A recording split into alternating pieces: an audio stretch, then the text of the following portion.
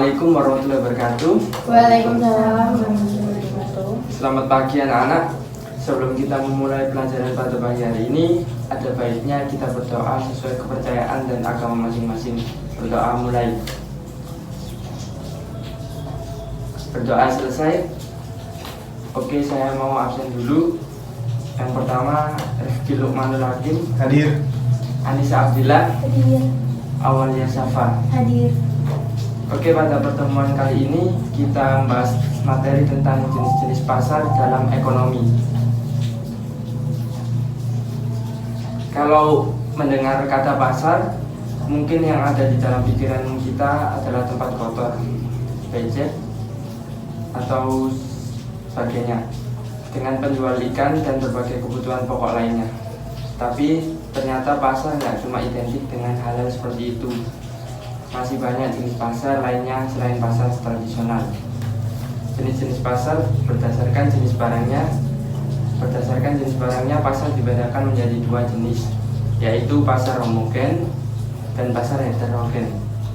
Pasar homogen adalah pasar yang menjual satu jenis barang saja.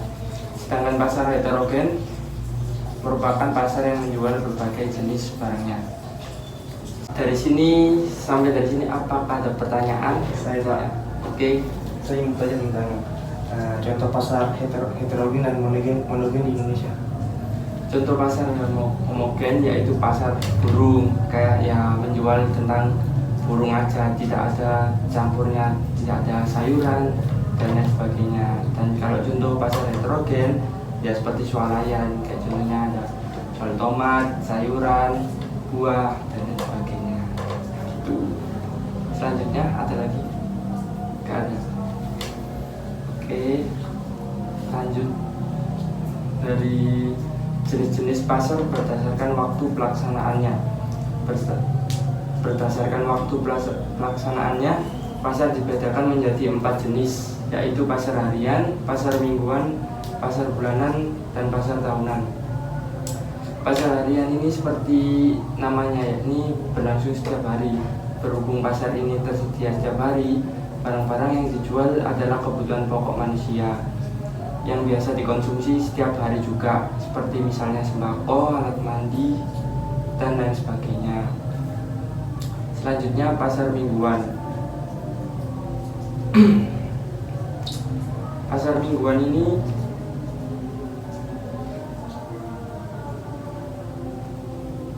Pasar mingguan ini adalah jenis pasar yang buka setiap 1 minggu sekali.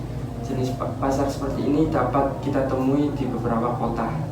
Contohnya di Jakarta, misalnya pasar ini seperti pasar Jumat dan pasar Minggu.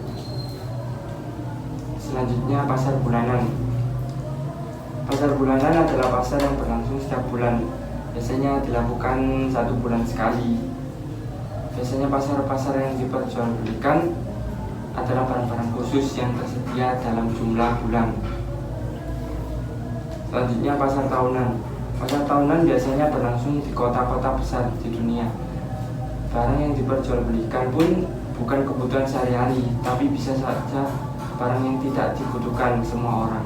Misalnya mesin fotokopi, mobil, alat-alat percetakan, dan lain sebagainya. Paham? Dari sini paham? Mau tanya, Apa? kalau di Indonesia contohnya pasar tahunan apa aja ya Pak? Contoh pasar tahunan di Indonesia tentu ada Pekan Raya Jakarta contohnya yang ada di kota Jakarta. Selain itu ada juga di Yogyakarta. Contohnya pasar tahunan yaitu pasar Sekaten. Gitu. Selanjutnya yakni jenis-jenis pasar berdasarkan luas dan ruang lingkupnya. Berdasarkan luas dan ruang lingkupnya, pasar dibedakan menjadi 4 jenis, yaitu pasar tempat, pasar daerah, pasar nasional, dan pasar internasional.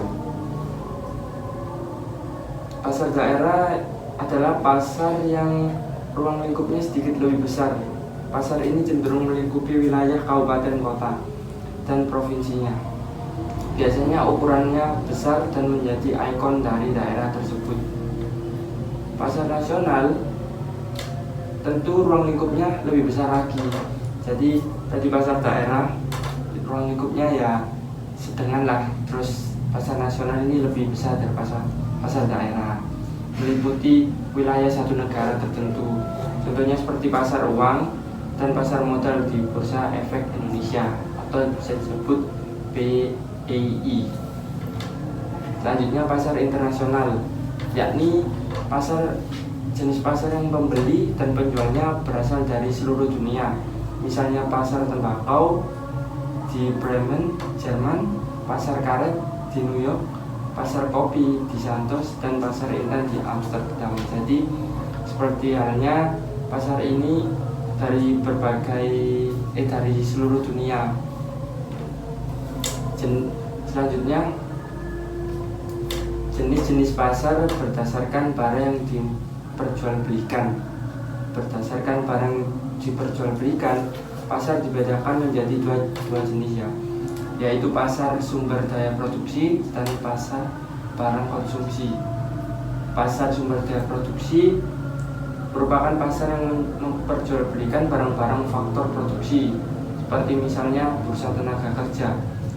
Kalau pasar barang konsumsi, yakni pasar yang memperjualbelikan barang-barang konsumsi, kayak ya pasar-pasar tradisional yang bisa kamu datangi untuk membeli sayur-mayur, itu termasuk dalam pasar barang konsumsi. Selanjutnya jenis-jenis pasar berdasarkan jenis transaksinya.